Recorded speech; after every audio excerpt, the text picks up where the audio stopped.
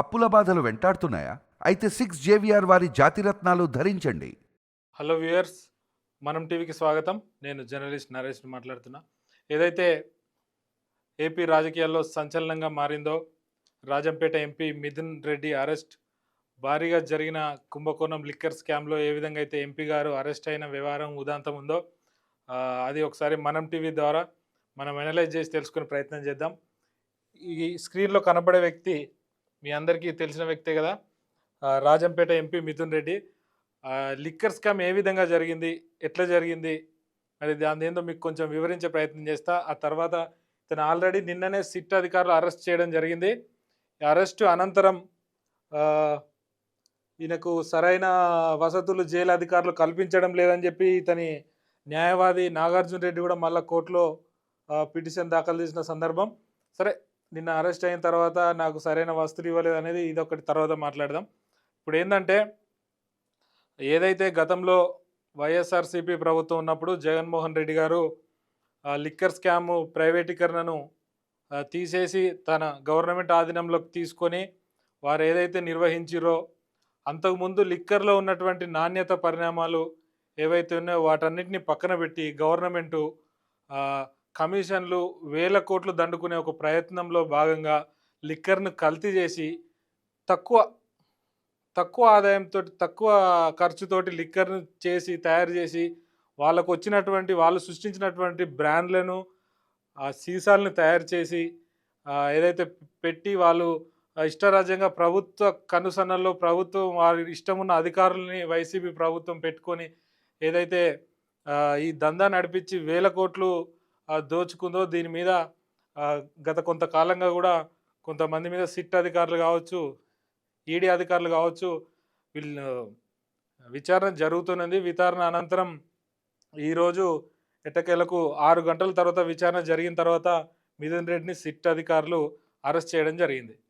Arrest అయిన తర్వాత ఏదైతే జైలు రిమాండ్ చేసిరో, నైటు జైల్లో నేల మీదే పడుకున్నా, నాకు సరైన వసతులు ఇవ్వట్లేదు, ఈ ప్రభుత్వం నన్ను కక్షపూరితంగా వ్యవహరిస్తుంది, పొలిటికల్ హైడ్రామాలో భాగంగానే నన్ను అరెస్ట్ చేసింది, నాకు కేసుకి ఎటువంటి సంబంధం లేదు, కేసు లిక్కర్ కేసుకు సంబంధించి ఎట్లాంటి ఎవిడెన్స్ లేదు, విట్నెస్ లేదు, నాకు సంబంధమే లేనిది అరెస్ట్ చేసిరని చెప్పి మిథున్ రెడ్డి గారు చెప్తున్నారు.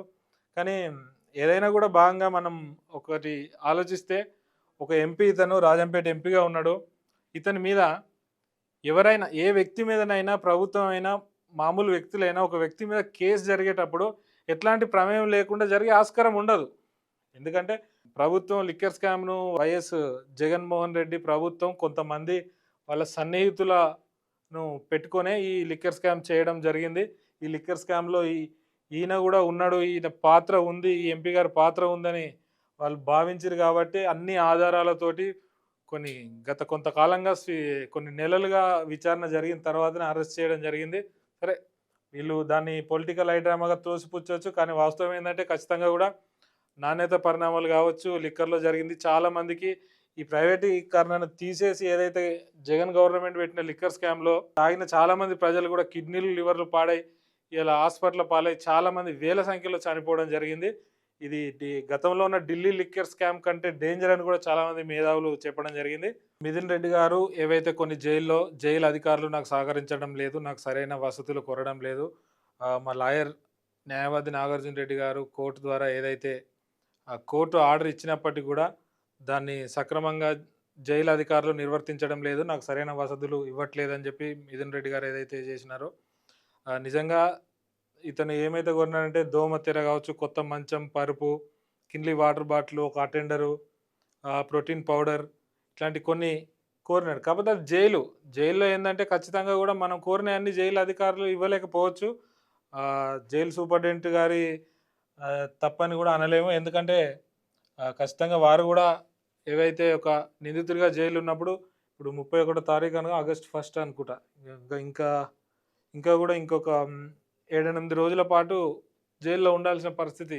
కోరినటువంటి అన్ని సౌకర్యాలు జైలు అధికారులు సమకూర్చలేకపోవచ్చు, కాకపోతే అందులో కొన్ని యాక్సెప్ట్ చేసే పరిస్థితి ఉంది. కాకపోతే ఏదైతే వైసీపీ ప్రభుత్వం కానీ, ఎంపీ గారు కానీ, వైసీపీకి సంబంధించిన నాయకులు ఏదైతే చెప్తున్నారో అది అవాస్తవం.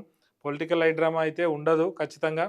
ఎందుకంటే ఏ ఆధారం లేనిది, ఇన్వాల్వ్మెంట్ లేనిది అరెస్ట్ చేసే సిట్ అధికారులు, ఈడీ అధికారులు అయితే ఖచ్చితంగా కొన్ని నెలలుగా ఎంక్వైరీ చేసిన తర్వాతే అరెస్ట్ చేస్తారు కాబట్టి ఖచ్చితంగా ఇది ఏదైనా ఉందో వాస్తవంగా జరిగిన మాట వాస్తవమే అని కూడా చాలామంది అనలిస్టులు చెప్పిన పరిస్థితి నెలకొంది. కాబట్టి చూడాలి మరి ఆ జైలు అధికారులు ఏమేమి సౌకర్యాలు కల్పిస్తారు, మరి ఏ విధంగా ఉండబోతుందనే అంశాలని మనం ఒకసారి చూసే ప్రయత్నం చేద్దాం.